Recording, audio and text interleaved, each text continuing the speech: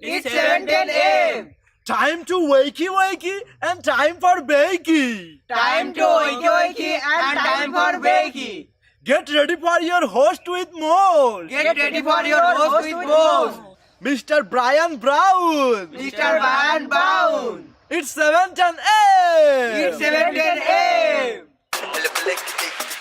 Que la roja bichuela y cuando le no viene ligado igualito que yuca. Ese pelo que tiene tan lindo, no venga a pensar que eso es una peluca. Tiene cotorra perico, yo tengo cotorra, tú tienes la cuca. Está claro en el ring, en el piso yo que no critiques mi pelo, que la soy bueno, porque tú no tienes que de odio tú estás lleno. No critiques mi pelo, que la soy bueno, porque tú no tienes que de odio tú estás lleno. No critiques mi pelo, que la soy bueno, porque tú no tienes que de odio tú estás lleno. No critiques mi pelo, que la soy bueno, porque tú no tienes que de...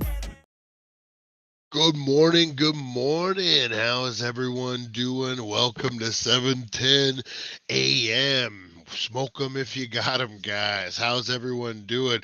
Got a grip of people up in here this morning. Teresa Deller, Chantel, Lonnie, Rosie Key. Hey, good morning, Mike Means, Merlin Public Media, Teresa Deller, back to retro. Good morning. Oh, Lonnie's in the house. Oh, Tim W., you guys waking up, rolling out of bed, getting ready for the daily dank. Hey, guys, real quick while I'm thinking of it, I went and checked out, they did a pop-up Mod Squad last night over on the Mod Squad channel. That's the same channel we did the, what was it? The March Madness. Sorry, guys, I just woke up. The March Madness. But, man, they gave us a lot of love over there yesterday, guys. So make sure you pay him back the favor. Go check out all his channels, Back to Retro, Mod Squad. They got a lot of stuff going on there, guys. And, man, they're doing a lot of giveaways over there, too. Actually, I talked to Mr. Back to Retro, and he actually turned me on to some giveaways that he had gotten where I could pick up a few things to give away to you guys as well. But his giveaways are your giveaways, my giveaways are his giveaways. We're all connected, guys. So make sure you checking that out. Great channel. And yeah, man, they gave us a lot of love yesterday. So, and they're doing a lot of cool things over there, a lot of new different things. Man, you want to check it out. They got a wrestling show, they got the movie review, they got all sorts of stuff. So, man, check it out. Yeah, they give us a lot of love. So let's share it back, guys. All right. Good morning. Exactly. Back to retro. Good morning, guys. What's happening this morning? Oh, it's cold. Am I the only guy in the chat? Oh, Lonnie, we gotta work on our Twitch reach. Like, yeah, Lonnie cannot be the only guy on Twitch. We gotta work on that. You're awesome, Lonnie. You're awesome. Oh man. Hey guys, make sure you're getting in on some of these giveaways, guys. You see on the bottom I got comments going, or I got a ticker going down on the bottom now.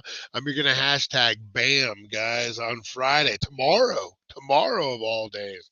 We are giving away the BAM Linda Blair Exorcist 8x10. Oh, that thing's beautiful, man. It's like a $70-$80 autograph, guys. Sorry I'm late. I had to park in a driveway. That was so hashtag BAM to get into that, guys. Hashtag Deadpool tomorrow as well. We'll be giving away the Deadpool package, guys. It comes with die-cast pin from Spawn, and then don't forget Stranger Things. I love this freaking. I picked up 2 of these, guys, because I liked it so much. I knew I'd give one away, and I knew I want to keep the other one. So check that out. The Easter egg print, guys. That's what I'm calling that. So check that out. Stranger Things. And then on the Bride of Chucky, you're going to hashtag, what was it? The Daily Dank, guys. All the hashtags are on the bottom. Blow up those comments, guys. Blow up those comments. All right. Yeah, so yesterday, back to retro, went on a rant about people that park on the street. And and I gotta agree. I grew up in a kind of a rural place where you don't park on the street, you park into the driveway, and so it always would throw me off, especially when people would try, like, there isn't a curb, but they would like park on the curb. Does that make sense? So they're like in the middle of the street, and you're like, yeah, we won't get him started this morning. He was fired up yesterday. He was so fired up. Oh, autocorrect is my kryptonite. Autocorrect is most of our kryptonites. Oh man. Yeah. All right, guys, what we're getting into today are the Saturday morning cartoons you probably never heard of. A lot of these are from the 70s, early 80s. I remember a lot of these are Hanna-Barbera. They were big in the 70s, man. Flintstones, Scooby-Doo. But they had some flops, I guess you would say. Ones that never really quite made the mainstream. Who remembers the Laugh Olympics? Does anyone remember that? Hope the Wuzzles are on there. Oh God, I would if I would have thought about it, they would totally. I would have. Who remembers the Laugh Olympics? This was Hanna-Barbera. This was they like I guess it was like the mashup. They got all their cartoon stars together, almost like a circus of the stars type of. Oh, good morning, Rosie. You need to go bathroom? Huh? Is it time? All right, not time yet, guys. Producer Rosie just walked on set, guys. Rosie the dog. Yeah, so they had like the Laugh Olympics, which was like all like Scooby Doo, and they had like a fake Scooby Doo who was a robot. I can't remember who that one was, but yeah, they had and then Jabberjaw, a whole bunch of different stuff, man, going on. But these are kind of some of the lesser known. Oh, these are some. I'm watching Rosie, guys. Sorry, make sure she was not having to go. Yeah, so these are some of the lesser known ones, guys. As you see on the right hand corner, there was a Three Stooges where they were robots. Yeah, I'm not making this stuff up, guys. All right, up first, Visionary Knights of the Magical Light. Visionary. Now this is kind of early '80s. Visionary Knights of the Magical Light mix sci-fi and fantasy in a swirl of epic world building and mythical themes. On an Earth-like planet called Primos, the human population is living comfortably in a world of futuristic technology until the planet's three suns come into perfected alignment in a rare cosmic event. Whether it's magic or some form of electromagnetism, solar alignment, all of a sudden they become knights, guys. Knights of the round table. Now they have to is Rosie named after the Jetsons maid? I forgot about the Jetsons maid. Oh man, I was 4, and to see the cartoons like that blew my mind. Yeah, these are weird. Like these are a lot of adult themes that were like pushed for children. That you're like, why would a kid want to watch this? I think I remember these action figures, and they sucked. They were like the big chunky plastic. Molds. Yeah, I don't think I liked it. I don't think I liked it, guys. All right. Star Trek, the animated series. Now, there was nothing wrong with this whatsoever. Although the original run of Star Trek left the air in 1969, the series saw new life in reruns during the next decade. While creator Gene Roddenberry negotiated for a live-action revival, low-budget animation studio Filmation launched a children's cartoon spin-off running for 2 seasons and 22 episodes. Star Trek, the animated series, has become the black sheep of the franchise, but the diehard Trekkies have a soft spot for the cartoon. Now, this is another one. I guess you would have to be a special kind of kid to watch Star Trek, the animated series. And when I mean special kind of kid, I'm talking this was actually featured on Young Sheldon. Um, hey, Matt Workman. Good morning. Good morning. Yeah, so this was basically Star Trek in an animated form for kids, but I don't think a lot of kids watched Star Trek per se. Um, I don't know. I don't know about that one. Were you a kid who watched Star Trek? That's the thing. I think Star Trek was a little more sophisticated. At least maybe for me. Maybe I was just a dumb kid. I don't know. Oh, had a hard time getting on the live chat. That sucks. Oh man, sorry about that. Special kind of kid. That sounds like a nice way of to dismiss somebody. He's a special kind of kid. Well, Jedi don't talk about Trekkie. What's up with that, Rosie Key? Sit on it, Daily. That's right. We're bringing it back. Sit on it, guys. Sit on it. The New Adventures of Flash Gordon. If you guys have seen the movie Flash Gordon, I love me some Flash Gordon, but this is like straight up from the movie. Like, look at the doctor guy on the end. He looks just like he did in the movies. Created in 1930 as a newspaper comic strip, Flash Gordon became a series of film serials of the same decade. The live-action series in the 1950s ran for 40 episodes. Roughly 25 years later, he returned to television. The New Adventures of Flash Gordon was like a Star Trek animated series. So again, guys, this is like something that was kind of geared towards adults, but a little bit like cartoonish, so they threw it on Saturday morning. But I mean, you look at that animation, that looks just like the movie, which I'm going to be honest, man, I love me some Flash Gordon movie, but as a young, impressionable lad, I'm going to have to tell you, it scared the freaking bejesus out of me. Do you guys remember when who was it? It was the Robin Hood guy who wore green, who kind of looked like Robin Hood, and he lived like on a forest planet, and they had this big wood stump. And part of the ritual for Flash Gordon, this was in the movie, not the car. At least I don't think it was in the cartoon.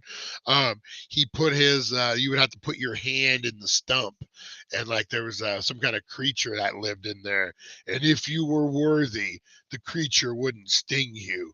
But if you weren't worthy, it would sting you, and you would die a painful death. That scene freaked me out, man. They're putting their hands in freaking holes, and you don't know if something's gonna bite them.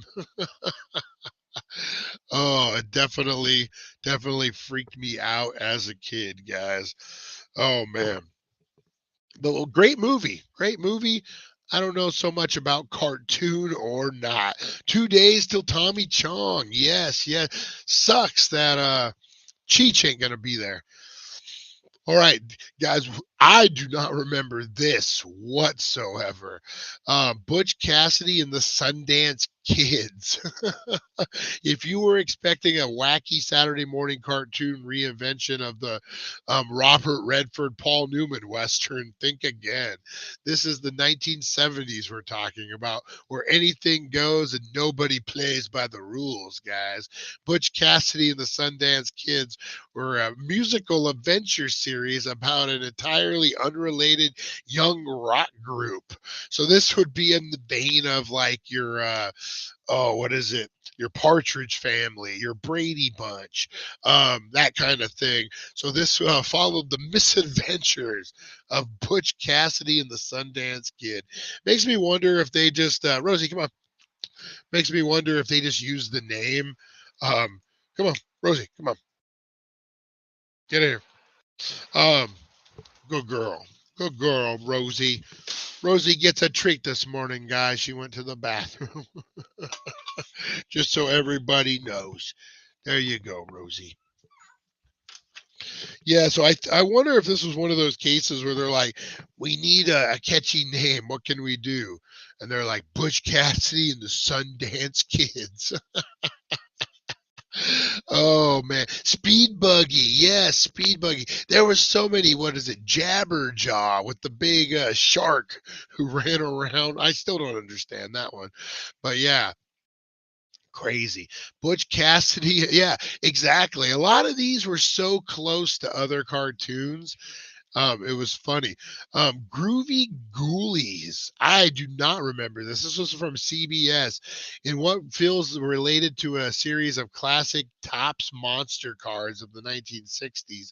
Groovy Ghoulies aired in 1970 for just one 16-episode run. The alternative filled series revolved around the goings on at the Horrible Hall, a home for the titular ghouls, a group of friendly creatures who were all pastis of iconic movie monsters. In addition to being based on pop cultures like Dracula, Frankenstein, Wolfman. So yeah, man, this has a 70s vibe all over it. Look at that. Lyle the Crocodile. Oh man. Forgot. Didn't they just make a movie about that? Yeah, so Groovy Ghoulies, guys. A lot of acid dropped on that time. Yeah.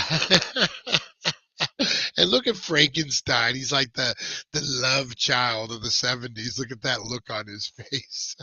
And Dracula looks like a grumpy old man.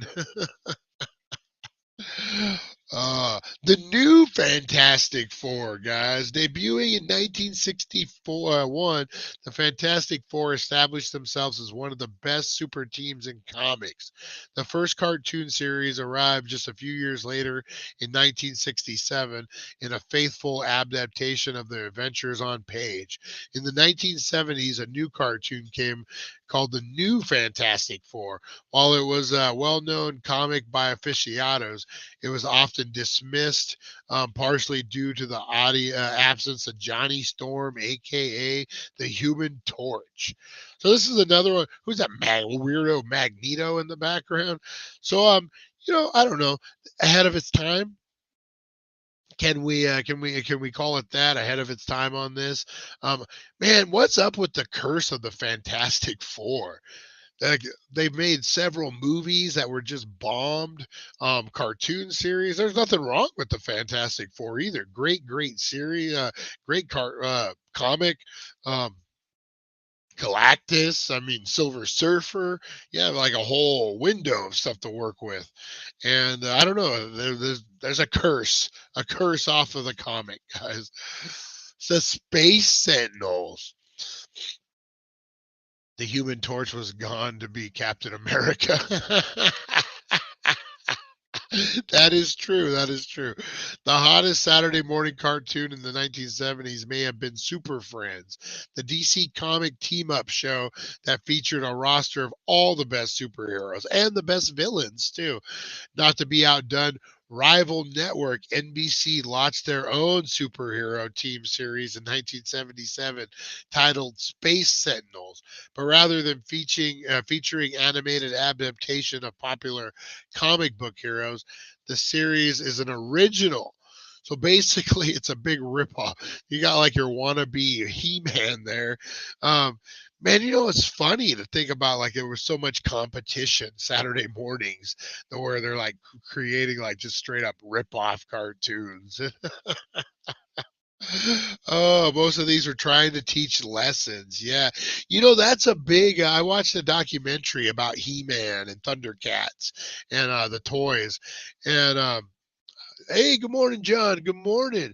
I watched Super Friends in the 1970s. Not sure if we got NBC. Those were the days of 3 total channels. Yeah, that's it. Who remembers that before the days of remotes and you had the big old clunker knob and you're like, doof, doof, when you wanted to turn. Thank God there was only 3 channels because of that's all you could freaking muscle out to get those. Hanna-Barbera cartoon All-Star Race. Yes, the All-Star Race. I brought up Laugh Olympics earlier, John, but yeah, the All-Star Race. You know, that was one thing I did like about Hanna-Barbera.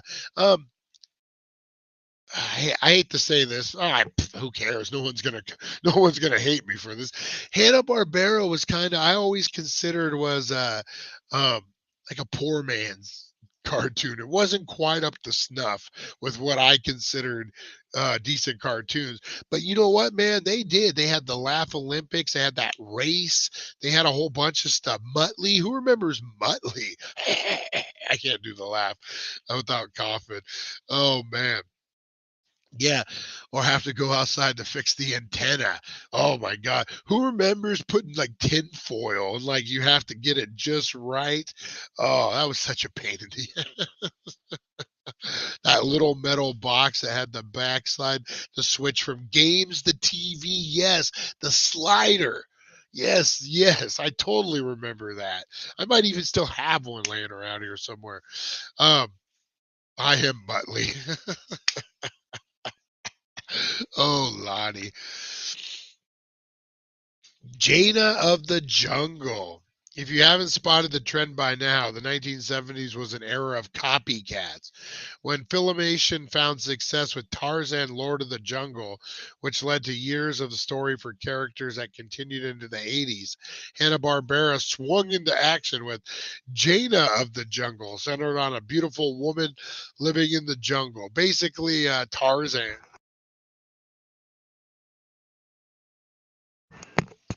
I guess the She-Ra version of Tarzan. You followed her adventures in the jungle, saving strangers from getting murdered by lions and alligators and whatnot. Oh man. Another one, guys. This is another one that falls in that same category. Wanted a chick that looked like her. My brother wanted a chick that looked like her. The Commodore 64. Yeah, Lonnie, I still have my Commodore 64. It's up in a closet. Actually, I'm broadcasting to you guys live on my Commodore 64. uh, all right, guys, this falls under that same category of Flash Gordon. Shows that just probably Star Trek. I married the chick. The ground. Hey, John, you missed it at 4:20 yesterday. There was a video on the top 5 of a seagull. Or seagull just eating a straight up whole sausage off of someone's plate, landed on it, and I had to say, I'm like, insert John ex-wife joke here. Space Ghost. Space Ghost was another one. But you know what I really liked about Space Ghost was later on in the 90s, he did Space Ghost Coast to Coast, where he was interviewing. It was great. It was like a late night show. If you guys haven't checked that out, make sure you do. Space Ghost Coast to Coast. All right, Planet of the Apes, guys. Planet of the Apes. Yeah, this falls under that Star Trek, under that Flash Gordon. I'm seriously predictable. The groundbreaking 1968. I just made the joke for you. I knew you would. You weren't there. You laid the groundwork, sir. I just hit the punchline. The groundbreaking 1968 sci-fi adventure Planet of the Apes tore up the box office and left its mark on pop culture with one of the most jaw-dropping final twists in Hollywood history. In following years, 4 sequels came.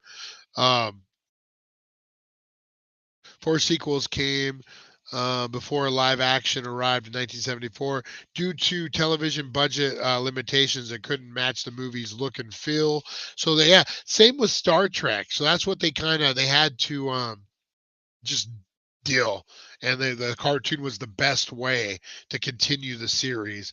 Very, very, very more adult than kid. What kid is watching Planet of the Apes? My school in the end of 1983 bought 25 brand new Commodore 64s. They had like 5 Apple IIs from before and the TRS. Oh, hey, I forgot about those. And until my dad brought home a leading edge model. Yeah, I remember it was Apple. At our school, that was the big one, and I was a Commodore 64 guy, so it was but I remember playing Oregon Trail so hard on those. Getting excited when you got to go to what was it called, Computer Lab. Remember that? Let's go to Computer Lab, guys, because that's the only time we got to play with computers. Good morning, everyone up in here. Man, got a ton of people up in here this morning. You guys are awesome. The voice of Space Ghost Coast to Coast lived in my town in Florida. That's really cool. So I'll tell this story real quick, guys. So I went to the Toy Con a couple weeks ago up in Vegas, and Peter McCullen was there signing autographs. He is the voice of Optimus Prime. Ironically, the first time I ever went to a dispensary was Nevada Made. And they have this big waiting area with a bunch of chairs, like the DMV, similar. So you go in there, you give them your name, you sit down. And so I do that. First time ever in a dispensary. I'm kind of geeking out. You know, I'm used to it being illegal. I'm used to meeting shady guys in parking lots who give you cereal boxes full of weed. I don't know what this is all about. So I'm sitting down, and this stranger danger, guys. This stranger comes and sits next to me and says, "Hey, did you know my mom used to have sex with Peter McCullen, the voice of Optimus Prime?" And I just was like, "No, I didn't know that." And then he goes and asks me, "Hey, you want to go in on a gram of wax together?" I didn't even know what wax was. I was like, "Who is this guy?" So fast forward 5-10 years later, whatever it's been, and I'm at a Toy Con, and who's signing autographs? No, not the guy from the dispensary. No, Peter McCullen. And I'm like, I'm not a Transformers fan like that, but do I want to buy an autograph just so I could tell him this story? Where in the world is Carmen Sandiego? Yes. And didn't Waldo have a show too on PBS? I think Where's Waldo had a show too. Interesting fact about Where on Earth is Carmen Sandiego. Did you guys know the lady who voiced the captain or the sergeant, whatever she was the boss lady. She was the voice in the movie The Warriors. She was the radio voice. How cool is that?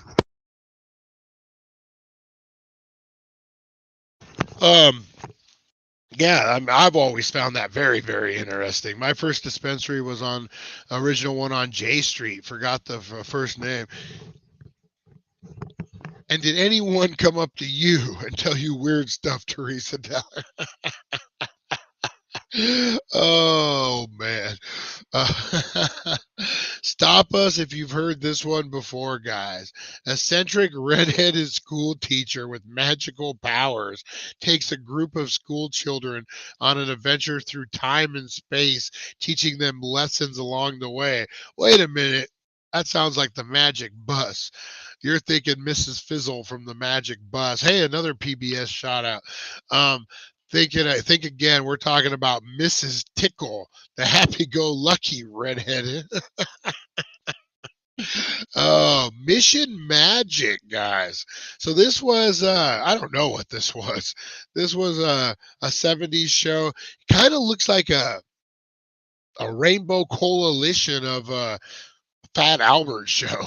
Like he met all the quotas in there. Hong Kong Phooey. Forgot about Hong Kong Phooey.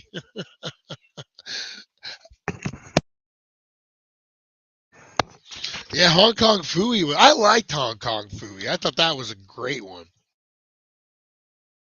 The Roman holidays. I totally remember this one because of the freaking the lion who was like, "Oh, as was I say." Oh, I think he was that kind of guy. I don't know what noises I just made there, but just as Hanna-Barbera turned their own Scooby-Doo concept into Goober the Ghost Chasers. Oh my God, I forgot about that. The rip-off Scooby-Doo, Goober the Ghost Chaser. Oh man, he was like, yeah, it was nothing like Scooby-Doo. He did seem like a stoner Hong Kong guy, huh? Yeah, I forgot about Goober, the ripoff of Scooby-Doo. Dang. But the Roman Holiday guy is a new spinoff of an old classic, borrowing the concept of previously hit the Flintstones and the Jetsons into a series showcases the exploits of an ordinary family in the Roman times. So yeah, the lion, I remember he was like, oh, stage left, stage right, even. I know he was very oh, I'm trying to think of who was the Hanna-Barbera guy who did that. But yeah, he was very, very that kind of lion. From what I remember, I barely remember that one. All right, what's up next, guys? Huckleberry Hound, a great one. The Centurines. I remember this in the 80s. I think this was who remembers Mask? It was like a GI Joe, but a little smaller, and they wore a mask, and the cars turned into different stuff, almost like a Transformer meets GI Joe. Well, this was right up that alley, guys. Centron was one of the most toyistic cartoons of the 80s, but it was also surprisingly smart in its themes and characterizations. Set in the near future, it stars the titular trio of heroes who band together to stop the evil cyborg Doc Terror from taking over the world. Oh, Doc Terror. Teresa Deller brought this up earlier that there was a lot of like positive messages in these cartoons. And I had actually watched hey, Charlie, how you doing, buddy?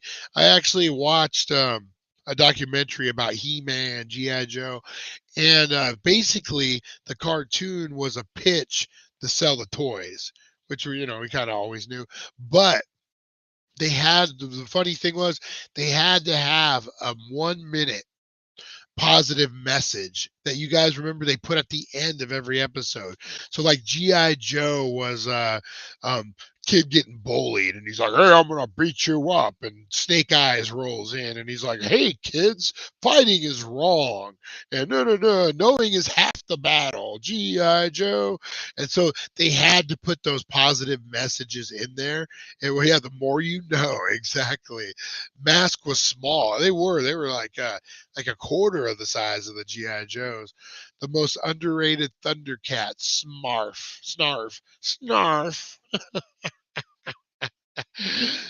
I don't remember them. I don't remember the Centaries. I don't remember getting dysentery. No. Yeah, I think it may be just my age group. I might have just squeezed by there. Speaking of Goober and the Ghost Chasers, you knew they were going to make the list, guys. Straight Scooby-Doo ripoff. After Hanna-Barbera had success with Scooby-Doo, Where Are You?, they went back to the formula more than once.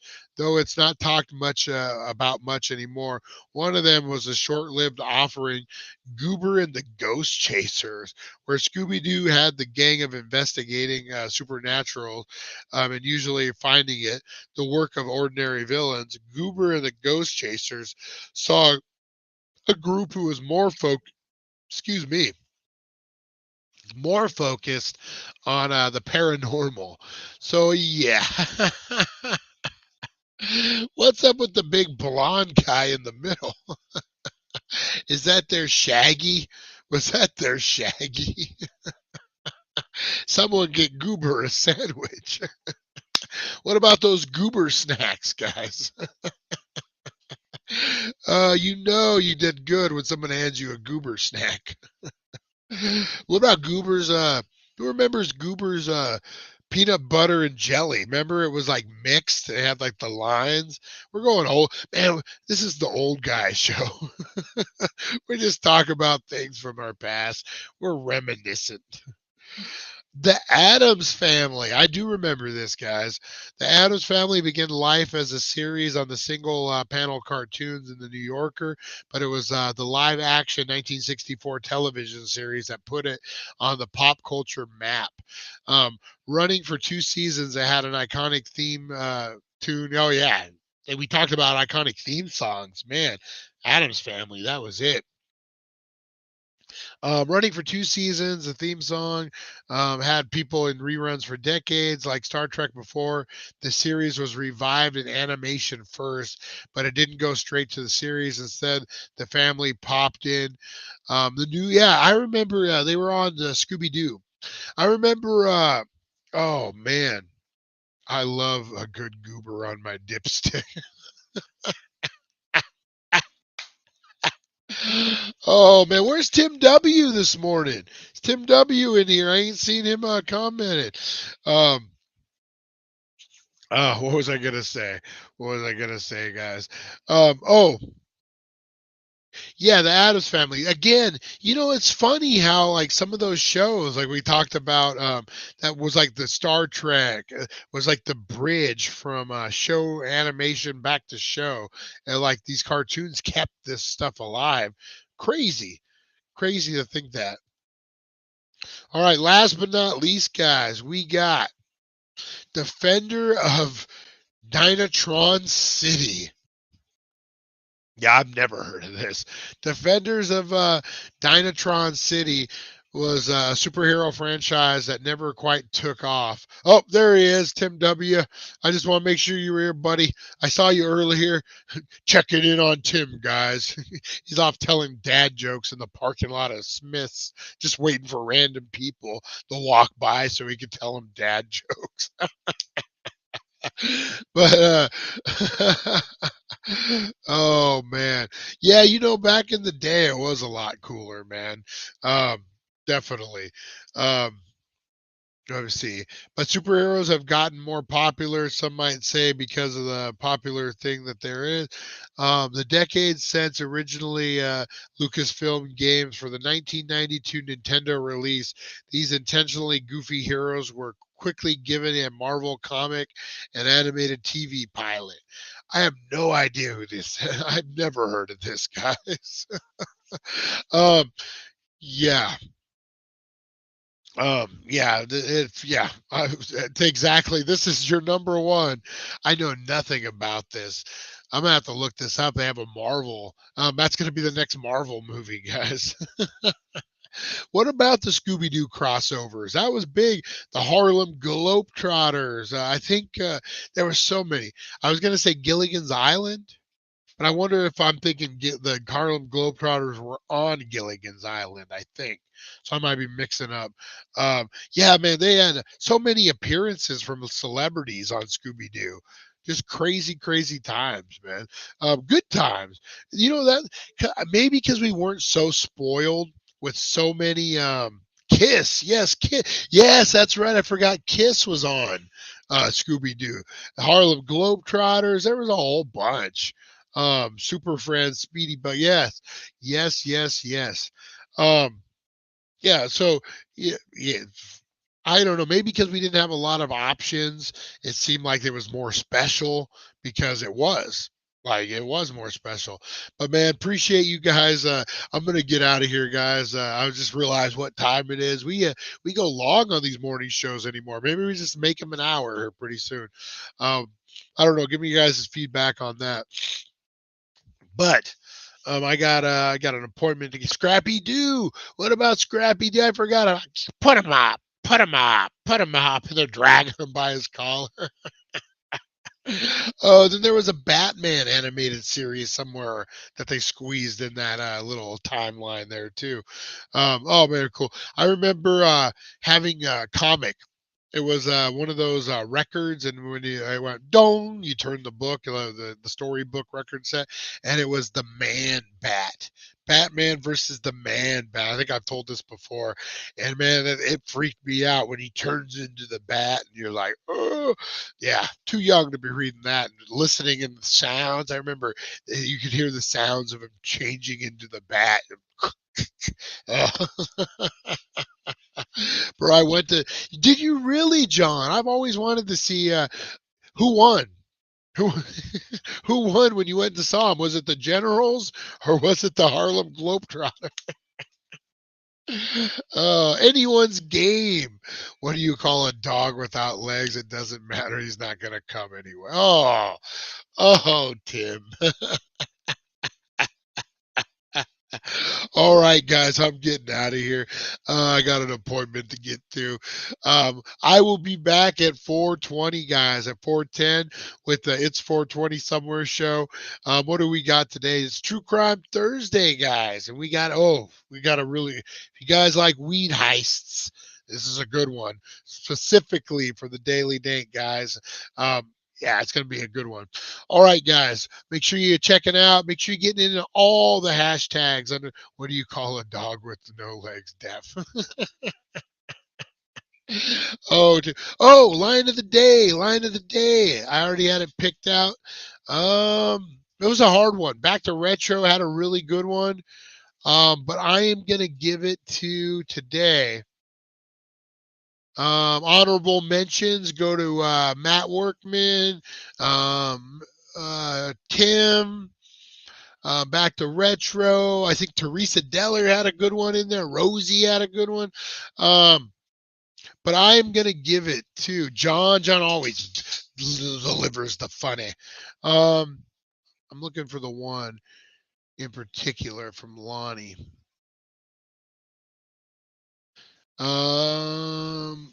There was a good one Lonnie said, guys. I don't have it off the top of my the Hong Kong Phooey, and seemed like a stoner Hong Kong. Yes. There was another one in there, Reading Rainbow. Forgot about Reading Rainbow. Reading Rainbow. Butterfly in the sky.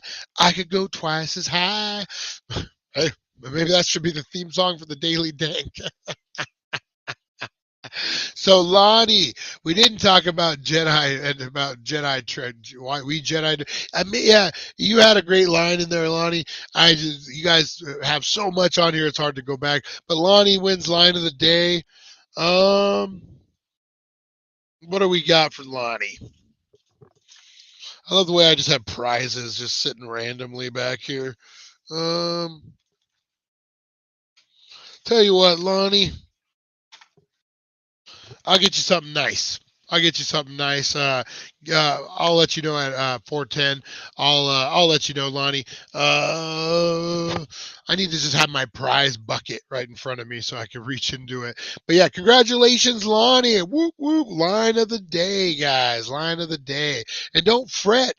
You still got one more chance to win line of the day this week, and you got 5 next week, you got 5 the next week, and then you got 30 the next month, and you got 30 the next month after that, guys. Everyone gets a chance at line of the day, man. I appreciate you. Song is stuck in your head. It totally is. But thank God, because I've had Different Strokes and Dukes of Hazzard stuck in my head since that episode. So I will be happily singing Butterfly in the Sky, well, until about 2 o'clock when I just can't hang anymore. All right, guys, I'm going to get out of here. Oh, I got to get something to drink. I got cotton mouth like a big dog. All right. Appreciate you guys so much. Man, you guys rock. Get in on these giveaways tomorrow. Hashtag the hell out of BAM all the way till tomorrow, guys. Last day to get in on the Linda Blair will be tomorrow at 7:10, and then I close it down, guys. So hashtag BAM as much as you need to get in on that giveaway, guys. All right, I'm going to get out of here. I will see you guys at 4:20. I'm going to go get high. We'll see you guys. Wake and bake, baby. Thank you for joining us on the It's 420 Somewhere podcast. Broadcasting worldwide and brought to you by thedailydank.com. Check out our merchandise and amazing content. And follow us on all our social media. Now, you don't have to go home, but you